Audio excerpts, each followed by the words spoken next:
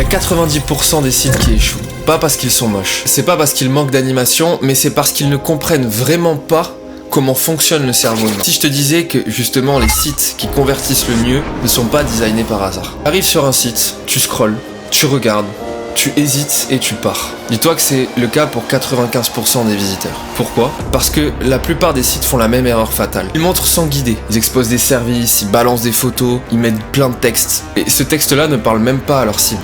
Ils parlent à eux-mêmes. Ce qui fait qu'il n'y a aucune structure en termes de décision, et donc sans structure, il n'y a pas d'action. Donc comment on change ça ? En vrai, c'est très simple. Imagine que tu rentres dans un showroom haut de gamme. Peu importe ce qui est vendu, tu sais déjà exactement où est-ce que tu es et à qui ça s'adresse. Tu sais si c'est sérieux, tu sais si tu peux faire confiance, et surtout tu sais quoi faire par la suite. T'es comme guidé justement dans ce showroom. Cette analogie, c'est pour te dire que c'est pas un hasard, parce qu'il y a littéralement tout qui est pensé. L'ordre de présentation, le message que tu vois en premier, les preuves qui sont affichées au bon moment, l'ambiance qui va te mettre dans un certain état d'esprit. Et c'est pas compliqué, un site internet, c'est exactement ça. Comme un showroom digital, si tu veux. Le problème, c'est que 90% des entreprises que je vois vont le mettre sur le côté, un peu comme un dépôt mal rangé, mais vont derrière s'étonner que personne n'achète. Donc comment on fait ? Le truc, c'est que si tu veux un site qui sert vraiment ton business, il faut que tu te poses ces 4 questions. La première, c'est qu'est-ce que le visiteur doit comprendre en moins de 5 secondes, pas en 30. La deuxième, c'est qu'est-ce qui va le rassurer immédiatement, parce que sans confiance, il ira même pas ton offre. Troisième point, qu'est-ce qui va lui donner envie de continuer ? Parce que faut pas que tu penses ton site comme un CV statique, mais plutôt comme quelque chose de dynamique qui donne envie de scroller, comme un chemin qui va guider le visiteur. Et la quatrième, c'est quelle action logique doit-il faire ensuite ? Qu'est-ce que tu veux qu'il fasse concrètement ? Te contacter, demander un devis, analyser ton offre.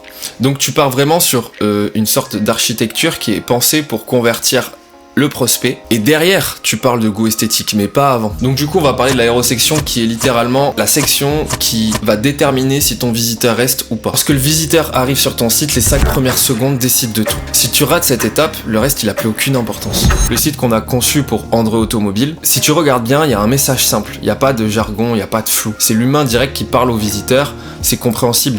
3 secondes, on sait ce qu'ils font, pour qui, pourquoi. Il y a des CTA clairs qui sont visibles. Parce qu'il faut que tu partes du principe qu'un visiteur, il va pas tout lire. Il va scanner. Donc, du coup, dans ces 3 secondes, son cerveau, il va décider de est-ce que je reste ou est-ce que je pars. Mais une fois qu'il reste, c'est là qu'il faut que tu te poses la question, comment tu vas le garder. Donc la règle d'or que 90% des sites ignorent, c'est qu'en fait, la confiance, elle doit arriver avant l'argumentaire. Parce que tu peux avoir la meilleure offre du monde, si ton client il ne fait pas confiance, en 10 secondes, il aura quitté ton site. C'est pour ça que sur le site d'Andreu, on a vraiment placé stratégiquement que ce soit les avis clients qui sont visibles très tôt sans forcer. T'as les logos des partenaires qui sont présents, mais il n'y a pas de survente en fait. On n'en fait pas trop, on les affiche juste. Parce que en fait, faut que tu te dises que les gens, ils vont pas tout lire. Mais par contre, ils vont tout voir. Et inconsciemment, du coup, leur cerveau, il se dit, d'autres leur ont fait confiance, vas-y, je peux continuer. Donc sur le site, il faut que tu joues sur ce point-là. Et c'est seulement justement à ce moment-là qu'ils vont commencer à être prêts à écouter ce que tu as à dire. Et c'est là qu'il faut que tu regardes, qu'est-ce que je leur dis précisément sur mon site. Donc tu veux affirmer, mais pas te justifier. C'est-à-dire qu'un site fort, il dit pas tout. Il dit juste ce qui est essentiel et ce qui donne envie de contacter. Tu vas affirmer ce que tu fais de mieux. Par exemple, sur Andreu, on va très rapidement mettre les avantages de travailler avec eux, de leur faire confiance. Mais attention, on a vraiment mis en avant du coup ce qu'ils vont faire de mieux. On a mis des points simples mais juste stratégiques qui donnent envie de pousser au contact et à l'appel, et ça va être lisible très rapidement. On met pas de gros pavés, on met pas des phrases creuses, on veut juste une réponse claire à la question que tous les visiteurs vont se poser quand ils vont arriver sur votre site. Pourquoi eux, pas un autre ? Parce qu'un client aujourd'hui, il veut pas lire une dissertation. Ce qu'il veut, c'est avoir des réponses à ses problèmes. Sauf qu'il y a un piège. L'attention, elle va durer que quelques secondes, même sur un bon site. Donc il faut que ton site, c'est de la logique, mais soit rapide. Parce qu'un site performant, en fait, ça va pas se contenter de capter l'attention, mais ça va aussi faire en sorte de l'entretenir. C'est-à-dire qu'il va pas avoir de mal à bouger d'un point A à un point B. S'il clique sur un bouton, ça va rapidement sur le site internet et c'est ultra important. Donc un site performant se doit aussi de raviver régulièrement l'attention, en rappelant au visiteur pourquoi il est là, avec des visuels qui vont justement lui permettre de se projeter.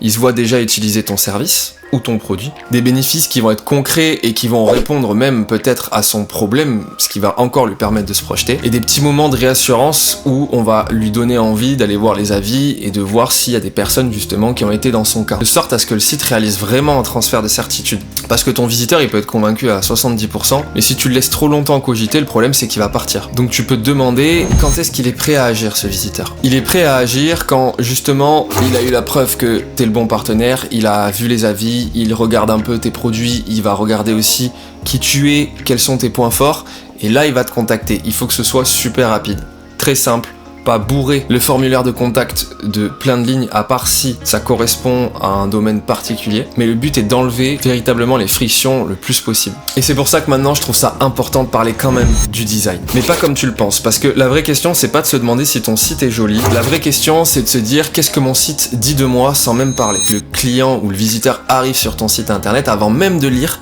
il s'est déjà fait un avis. Et ça on le choisit pas en fait, on se le fait automatiquement. C'est là que le design rentre en jeu, c'est là que c'est super important. C'est pour ça que les gens qui à chaque fois disent oui, il n'y a pas besoin d'un site beau pour que le site vende, je trouve ça complètement débile aujourd'hui dans le sens où on sait que le design a un réel impact inconscient et conscient sur les visiteurs. Qu'est-ce que ton site dit de toi? Est-ce qu'il est premium? Est-ce qu'il est low cost, moderne, traditionnel, accessible ou expert, rassurant ou audacieux? Le design c'est pas de la décoration, mais c'est du positionnement qui est silencieux. Ton site il va envoyer un message avant même qu'on lise un mot et c'est pour ça que ta promesse doit être alignée avec ce message inconscient. Parce que imagine que tu vendes du haut de gamme avec un design qui est dégueulasse, qui est bas de gamme, bah tu perds juste ta vente avant même qu'elle commence en fait. Qu'est-ce qu'il faut retenir de tout ça? Peu importe ton secteur, que tu vendes des voitures, du conseil, des prestations ou des produits, un site qui sert vraiment ton business, il fait ces 5 choses. Il va guider pour pas qu'il y ait de confusion. Il va rassurer, que ce soit à travers un design, mais aussi à travers les avis. Il va donner confiance. Il structure, c'est-à-dire que tu vas avoir une décision qui va être facilitée et qui n'est pas imposée. Et ça, on aime bien. Il va affirmer et il va déclencher une action logique sans friction. Tout le reste, dis-toi que c'est secondaire. C'est-à-dire que les animations, les effets, les transitions, c'est des choses qui peuvent amener vers le CTA, qui peuvent amener des actions vers les appels à l'action, mais c'est secondaire. Parce que ce qui fait vendre, c'est littéralement la pensée stratégique que tu as mis derrière ton site. Donc si quand tu as regardé cette vidéo, tu t'es dit mince, mon site il fait pas ça, c'est tout à fait normal, c'est pas forcément ton domaine, et nous, chez SL Vision, c'est véritablement ce qu'on a perfectionné. C'est structurer des sites web qui vont être utiles, qui sont pas là pour flatter l'ego, mais qui sont réellement là pour répondre à un objectif que nos clients ont. Donc je t'invite à cliquer sur le lien en description si tu veux vraiment un site internet qui travaille pour toi, parce qu'on se fera un plaisir de le réaliser. En 2026, ceux qui vont se différencier, c'est ceux qui vont le penser volontairement comme un outil stratégique ou ceux qui vont justement laisser le hasard décider à leur place. À toi de voir qu'est-ce que tu veux faire. Je te dis à très vite, j'espère que cette vidéo t'a intéressé et n'hésite pas à me le dire en commentaire.